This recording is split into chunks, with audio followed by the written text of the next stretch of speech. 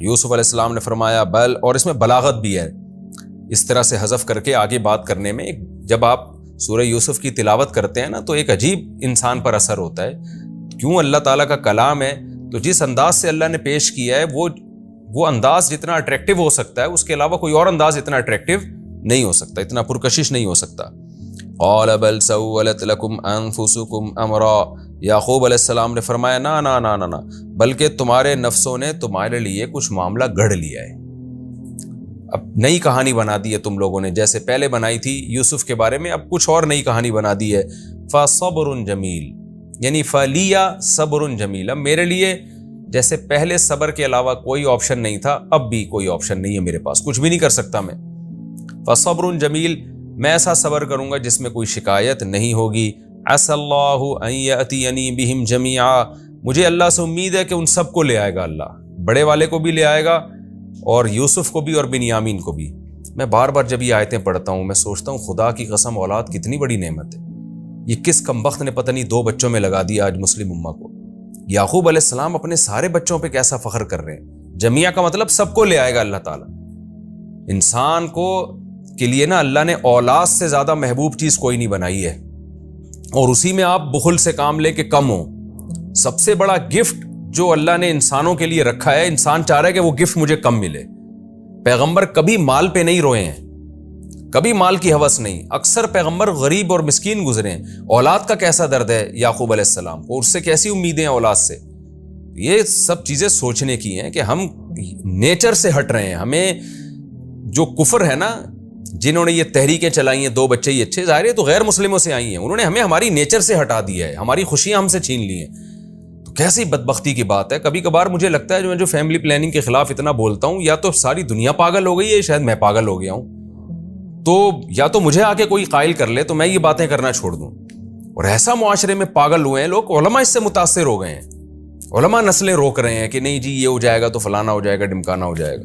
تو عجیب قسم کی کہانی ہے جو ایسا فطرت کے خلاف زہر گھول کے پلا دیا ہے کہ سارے ہی سب کی زبان پر ایک ہی بات ہے کہ نہیں جی زیادہ ہوں گے تو پلیں گے نہیں. مختلف نعرے ہیں، مختلف جو ہے نا وہ نتیجہ سب کا یہی ہے کہ نسل روکو. اور اس کے لیے جو دلائل تراشے جا رہے ہیں وہ ہر آدمی نے مختلف. کوئی کہہ رہا ہے پڑھائی مکمل نہیں ہو سکے گی بچوں کی، ایجوکیشن کا مسئلہ ہوگا، کوئی کہہ رہا ہے تربیت کا مسئلہ ہوگا، کوئی کہہ رہا ہے عورت کی صحت کا مسئلہ ہوگا. نتیجہ سب کا یہی ہے کہ نسل روکو. تو کسی بھی لیبل سے آپ روکتے ہیں نسل، یہ سب نیچر کے بھی خلاف ہے، قرآن و سنت کے بھی خلاف ہے، اور اپنے پاؤں پر آپ خود ہی کلہاڑا مار رہے ہیں. بہرحال یعقوب علیہ السلام نے فرمایا فصبر جمیل عسى اللہ ان یأتینی بہم جمیعا، مجھے امید ہے اللہ ان سب کو واپس لے آئے گا. انہ هو العلیم، وہ جاننے والا ہے، الحکیم، اور حکمت والا ہے. وہ ہم سب کے حالات بھی جانتا ہے. اور حکمت والا کا مطلب یہ کام سارے الٹے سیدھے ہو رہے ہیں لیکن مجھے پتا ہے جو رب ہے وہ حکمت والا ہے. اس میں میری کوئی خیر خواہی ہوگی، میری بہتری ہوگی، اس کا کوئی کام حکمت سے خالی نہیں ہے. یہاں یہ سوال پیدا ہوتا ہے یوسف علیہ السلام کو، یعقوب علیہ السلام کو، یہ امید کیسے ہو گئی کہ اللہ سب کو لے آئے گا؟ تو امید کیسے؟ اس کا جواب یہ ہے کہ یوسف علیہ السلام نے جو خواب دیکھا تھا نا، اس سے یعقوب علیہ السلام کو ایک امید قائم تھی کہ اللہ میرے بیٹے کو ضائع نہیں کرے گا. کیونکہ اگر اس نے ضائع کرنا ہوتا تو ایسا اچھا خواب کیوں دکھاتا؟ تو کچھ کام اللہ لے گا لیکن اللہ مجھے آزمائشوں میں ڈال رہا ہے. تو اس لیے کہ یعقوب علیہ السلام کو ایک امید کی ایک کرن بندی ہوئی تھی کہ یہ جو کچھ ہو رہا ہے، غم آ رہے ہیں، جدائی بھی ہو رہی ہے، لیکن کچھ اللہ سے ان کو امید تھی کہ اللہ نے جو سلسلہ باپ دادا سے شروع کیا ہے نبوت کا، وہ میرے خاندان میں یوسف کے ذریعے ہوگا، تو کچھ نہ کچھ اللہ کی طرف سے ہوگا. یہاں بھی آپ دیکھیں جو نیگیٹو سوچ رکھنے والے لوگ ہوتے ہیں نا، وہ ایسے موقع پہ نیگیٹیوٹی کا شکار ہو جاتے ہیں. وہ کیا کہتے ہیں کہ یار خواب تو بڑا اچھا آیا تھا، اس سے تو لگ رہا تھا کہ بہت اچھا ہو جائے گا، لیکن حالات سے لگ رہا ہے کہ اللہ نے ہمیں معاذ اللہ غلط خواب دکھایا تھا، اور اللہ تعالیٰ کہتا کچھ ہے اور کرتا کچھ ہے. جیسے جب آپ کسی کو خوشخبریاں بتائیں نا کہ تقوی اختیار کرو گے مال میں برکت ہوگی، قرآن و سنت سے یہ بات ثابت ہے. اب اس کے مال میں برکت نہیں ہو رہی تو وہ کیا کہے گا؟ ابے یار یہ تو بس سیاسی باتیں ہیں معاذ اللہ تعالیٰ کی، یہ مولویوں کی گڑی ہوئی باتیں ہیں، باپ دادا سے چلی آ رہی ہیں، ہم نے جو تقوی اختیار کیا ہم تو برباد ہو گئے. تو نیگیٹو سوچ والا جو بے صبرہ ہوتا ہے وہ ایسی باتیں کرتا ہے. صبر والے لوگ ایسی باتیں کرتے ہیں جیسے یعقوب علیہ السلام کر رہے ہیں کہ اتنا غم، یہ غم جو ہے یہ شو کر رہا ہے کہ آپ نا امید ہو چکے ہیں. لیکن آپ امید کی باتیں کر رہے ہیں. عسى الله ان ياتيني بهم جميعا, مجھے امید ہے اللہ ان سب کو لے آئے گا, کیونکہ وہ جانتا بھی ہے ہمارے حالات کو اور حکمت والا بھی, اس کی حکمت کا تقاضا ہے جو کچھ ہو رہا ہے. لیکن دل کی حالت کیا ہے وہ اگلی آیتوں میں اللہ نے پیش کی ہے. دل کی جو کیفیت تھی وہ اس آیت میں وَتَوَلَّى عَنْهُمْ, اور پیٹھ پھیری یعقوب علیہ السلام نے ان سب سے. وقال, اور کہنے لگے یا اسفا علی یوسف, ہائے افسوس یوسف پر. وَابْيَضَّتْ عَيْنَاهُ مِنَ الْحُزْنِ, اور پھر بہت زیادہ رونے لگے, اور آپ کی آنکھیں سفید ہو گئیں, یعنی نابینا ہو گئے رو رو کے. وَهُوَ كَظِيمٌ, اور آپ گھٹ رہے تھے اندر ہی اندر. گھٹ اس لیے رہے تھے کہ جب انسان غم کو صحیح طرح سے اس کا اظہار نہ کرے نا تو اس کو گھٹن محسوس ہوتی ہے. تو شکر گزاری کی وجہ سے, صبر کی وجہ سے اس غم کا پراپر اظہار نہیں کر پا رہے تھے. اب اتنے عرصے کے بعد پہلی دفعہ یہ الفاظ آپ کی زبان سے نکلے کہ ہائے افسوس یوسف پر. اور یہ بھی اللہ کے سامنے شکایت کی آپ نے, مخلوق کے سامنے نہیں کی شکایت. تو قرآن کہہ رہا ہے کہ اتنا روئے کہ آپ کی آنکھوں کی بینائی چلی گئی. فَهُوَ كَظِيمٌ, اور وہ گھٹ رہے تھے. یہ بینائی جانے کی وجہ آنکھوں کی کہ رونا بھی ہو سکتا ہے اور غم بھی ہو سکتا ہے. ظاہر ہے غموں سے انسان کی جو طاقتیں اور قوتیں ہیں وہ کمزور ہوتی ہیں, خاص طور پہ بڑھاپے میں بینائی پر بہت جلدی اثر ہوتا ہے. تو فَهُوَ كَظِيمٌ, آپ گھٹ رہے تھے. گھٹنے کا مطلب صبر کی وجہ سے. جیسے قرآن میں آتا ہے نا غصے کے کڑوے گھونٹ کو نیک لوگ پی جاتے ہیں, تو یہاں بھی آپ غم کے کڑوے گھونٹ کو پی رہے تھے. اب یہاں ایک سوال پیدا ہوتا ہے کہ یعقوب علیہ السلام نے تو فرمایا تھا صبر جمیل, ایسا صبر کروں گا جس میں کسی سے شکایت نہیں ہوگی. تو یہاں تو آپ شکایت کر رہے ہیں, زبان سے بھی کر رہے ہیں یا اسفا علی یوسف. اس اشکال کا جواب آگے یعقوب علیہ السلام خود ہی دیں گے. قالوا تاللہ, تو بیٹوں نے جب اپنے باپ کی یہ کیفیت دیکھی اور یہ دیکھا کہ ابھی تو بھائی بنیامین کے بعد وہ یوسف کو پھر سے یاد کر رہے ہیں دوبارہ, اتنا عرصہ گزر گیا اور یوسف غم دل سے نہیں نکلے. قالوا تاللہ, کہنے لگے اللہ کی قسم, تفتأ تذکر یوسف, آپ تو یوسف کو مسلسل یاد کرتے رہو گے. حتی تکون حرضا, یہاں تک کہ آپ شدید بیمار ہو جاؤ, یعنی جان کی ہلاکت کے قریب پہنچ جاؤ یا ہلاک ہی ہو جاؤ آپ. مطلب یہ کہ انہوں نے ایک اشکال ظاہر کیا کہ اتنا پرانا غم آپ ابھی تک لے کے بیٹھے ہوئے ہیں, تو آپ تو کہیں آپ کی موت واقع نہ ہو جائے. یہاں بھی ایک سوال ہوتا ہے کہ اصل میں تو بنیامین کا غم تھا, تو یوسف علیہ السلام کو ایسے موقع پہ یاد کیوں کیا؟ تو یہ حقیقت ہے کہ جب انسان کو کوئی نیا غم پہنچتا ہے نا تو پرانا غم بھی تازہ ہو جاتا ہے. تو یعقوب علیہ السلام کو جتنی محبت یوسف علیہ السلام سے تھی اتنی بنیامین سے نہیں تھی.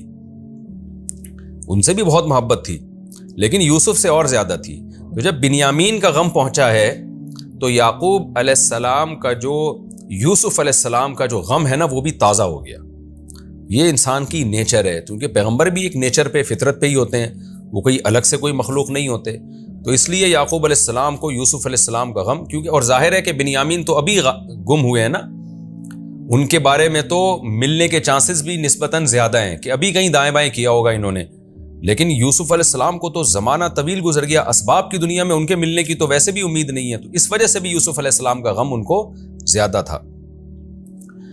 تو بیٹوں نے کہا کہ آپ, یعنی بیٹوں نے اشکال ظاہر کیا کہ آپ ابھی تک اتنا کیسے, یعنی کیوں اتنا غم لے کے بیٹھے ہوئے ہیں؟ تو یعقوب علیہ السلام نے فرمایا انما اشکو بثی وحزنی الی اللہ, میں اپنے رنج و غم کو بیان کرتا ہوں اللہ کے سامنے, میں اللہ کے سامنے بیان کر رہا ہوں.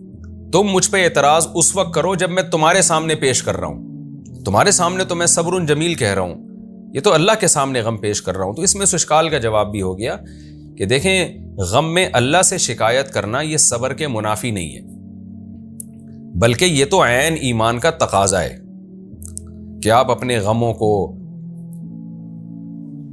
اور آپ اپنی پریشانیوں کو اللہ کے سامنے رکھیں, لیکن طنز کی نیت سے نہیں بلکہ فقیر بن کے. جیسے بھکاری اپنا غم کسی کے مالدار کے سامنے رکھتا ہے نا, اپنی پریشانیاں, تاکہ اس کو بھیک میں حصہ ملے, تاکہ اس کو وہاں سے بھیک ملے. تو اللہ بھی یہ چاہتے ہیں انتم الفقراء الی اللہ, اے لوگو تم میرے در کے فقیر ہو. تو اپنے غم اللہ کے ساتھ ضرور شیئر کرنے چاہیے, اور تاکہ اللہ کو آپ کے اوپر رحم آئے. اپنی صورت بھی بنانی چاہیے, جیسے آپ بہت قسم پرسی میں بھیک بھی مانگنی چاہیے اللہ تعالیٰ سے. تو وہ اللہ سے وہ شکایت جو تنزیہ قسم کی شکایت ہوتی ہے، جس میں اللہ پہ اعتراضات ہوتے ہیں، وہ والی شکایت صبر کے منافی ہے۔ تو ویسے اگر آپ شکایت کرتے ہیں اللہ تعالیٰ سے، اس شکایت میں اپنی قسم پرسی بیان کرنا ہو، اپنی محتاجی بیان کرنا ہو، تو یہ تو عبادت ہے، یہ تو دعا کا حصہ ہے، یہ تو مطلوب شرعی ہے۔ تو اس لیے یعقوب علیہ السلام نے فرمایا انما اشکو بثی وحزنی الی اللہ، میں اپنے غم اور حزن کو اللہ کے سامنے بیان کرتا ہوں، وَأَعْلَمُ مِنَ اللَّهِ مَا لَا تَعْلَمُونَ، اور اللہ کے بارے میں وہ کچھ جانتا ہوں جو تم نہیں جانتے۔ وہ کیا باتیں ہیں وہ یعقوب علیہ السلام ہی جانتے ہوں گے، جو ان کو کچھ وحی ہوتی ہوگی یا کوئی اشارات ملتے ہوں گے کہ بھئی یعقوب اور یہ جو یوسف اور آپ کے بیٹے آپ سے مل جائیں گے، یا ان کو وہ جو خواب تھا وہ بات بھی جانتے تھے کہ میرے بیٹے کو خواب آیا، اس خواب کی وجہ سے مجھے امید ہے کہ کہیں نہ کہیں کچھ اس میں خیر کا پہلو چھپا ہوا ہے۔ یا بنی یذہبوا، اے میرے بیٹو جاؤ، فتحسسوا من یوسف واخیہ، اور یوسف اور اس کے بھائی کو تلاش کرو، دنیا میں پھرو، تلاش کرو یوسف اور اس کے بھائی کو۔ ولا تیأسوا من روح اللہ، اور اللہ کی رحمت سے مایوس مت ہو۔ اسباب کی دنیا میں تو امید نہیں ہے، لیکن اللہ کی بہت بڑی رحمت ہے، اس کی ہمارے خاندان پہ رحمت ہے۔ پھر وہ جانتے تھے خواب بھی آیا ہے، اس سے بھی یعقوب علیہ السلام کو امیدیں تھی، لہذا بیٹوں سے کہا کہ جاؤ تلاش کرو۔ انہ لا ییأس من روح اللہ، بے شک اللہ کی رحمت سے مایوس نہیں ہوتے الا القوم الکافرون، مگر کافر لوگ۔ یہاں خوب سمجھ لیں کہ اگر اسباب کی دنیا میں آپ کسی چیز سے نا امید ہو جائیں کہ اب یہ ممکن نہیں ہے، تو ایسی نا امیدی کو کفر نہیں کہتے۔ مثال کے طور پر آپ کا کوئی پیشنٹ ہے، کوئی ریلیٹیو ہے، اس کو کینسر ہو گیا، اور ڈاکٹروں نے کہا کہ بھئی یہ 2 سے 3 مہینے میں اس کی لازمی موت واقع ہوگی۔ آپ نے ہر جگہ سے چیک اپ کرا لیا اور بالکل آپ کو یقین ہو گیا کہ اب اس کی موت واقع ہو جائے گی۔ ایسی صورت میں آپ نا امید ہو جاتے ہیں اور آپ فیصلہ کر لیتے ہیں بھائی اب تو بچنے کا امکان نہیں ہے۔ تو یہ نا امیدی کفر نہیں ہے، وجہ اس کی ہے کہ اللہ نے اس دنیا کو اسباب کے ساتھ جوڑ دیا ہے۔ لہذا جب سارے ڈاکٹر کہہ رہے ہیں کہ یہ بیماری بڑھ رہی ہے اور یہ اس میں 100% موت کا چانس ہے، تو یہ نا امیدی کفر نہیں ہے، وجہ اس کی یہ ہے کہ یہ تو اسباب سے پتہ چل رہا ہے بھائی اس کی موت ہے۔ یہاں نا امیدی کا مطلب وہ نا امیدی کفر ہے جس نا امیدی میں آپ اللہ کے بارے میں یہ سوچنا شروع کر دیں کہ اللہ نے یہ ہمارے ساتھ اس لیے کیا ہے تاکہ اللہ ہمیں نقصان پہنچائے، یہ کفر ہے۔ مثال کے طور پر آپ کو خدا نخواستہ کینسر ہو گیا، ڈاکٹروں نے جواب دے دیا، اب آپ کو یقین ہے کہ میں مر جاؤں گا۔ ایسے موقع پہ آپ نا امیدی کا ایک مطلب تو یہ کہ آپ کو یقین ہے کہ میں مروں گا، تو یہ نا امیدی تو کفر نہیں ہے، اور یہ اس کو نا امیدی کہیں گے بھی نہیں۔ نا امیدی کا یہاں جو وہ والی نا امیدی جو کفر ہے، اس کا مطلب یہ ہوگا کہ آپ یہ سمجھنا شروع کر دو کہ اب اللہ میرے ساتھ معاذ اللہ غلط کر رہا ہے اور مجھے نقصان پہنچا رہا ہے، یہ جائز نہیں ہے، بلکہ آپ یہاں یہ سوچو گے کہ اسی میں میرے لیے خیر ہوگی، یہی ایک امید ہے، اور اللہ چاہے تو ان اسباب کو معطل کر کے مجھے دوبارہ سے زندگی بھی دے سکتا ہے۔ یہ عقیدہ اگر آپ اللہ کے بارے میں رکھتے ہو تو اس کو نا امیدی پھر نہیں کہتے۔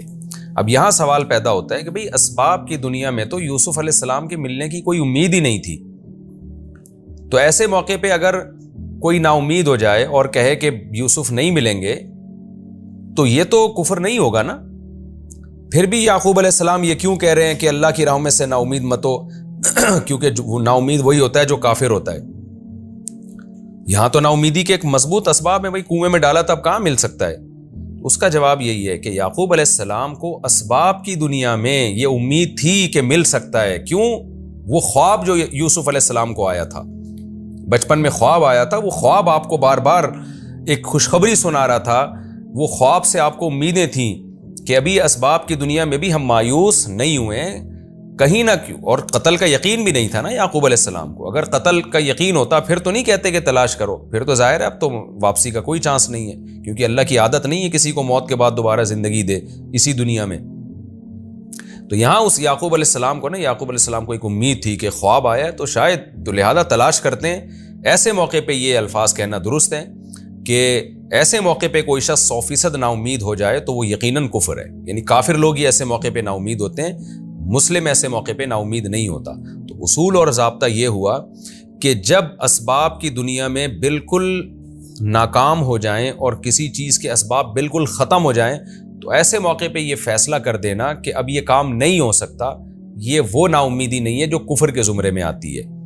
ہاں اسباب دونوں طرف ہوں تو ایسے موقع پہ کافر چونکہ خدا کے وجود پر یقین نہیں رکھتا وہ فوراً نا امید ہو جاتا ہے، وہ کہتا ہے یار اب نہیں ہونے والا۔ مسلمان چونکہ اللہ کے وجود پر یقین رکھتا ہے تو اس کو پتہ ہے کہ یار اگرچہ زیادہ تر اسباب ناکامی کی طرف جا رہے ہیں لیکن کچھ نہ کچھ آپشن اللہ نے میرے لیے کامیابی کا بھی رکھا ہے، تو وہ کامیابی والے آپشن کو ترجیح دیتا ہے کہ بھئی اللہ غفور رحیم ہے، وہ اپنے بندوں پر مہربان ہے، تو ہمیں اس سے امید ہے کہ انشاءاللہ ہمارے حق میں وہ نتیجہ اچھا نکالے گا۔ یہ مفہوم ہے اس آیت کا۔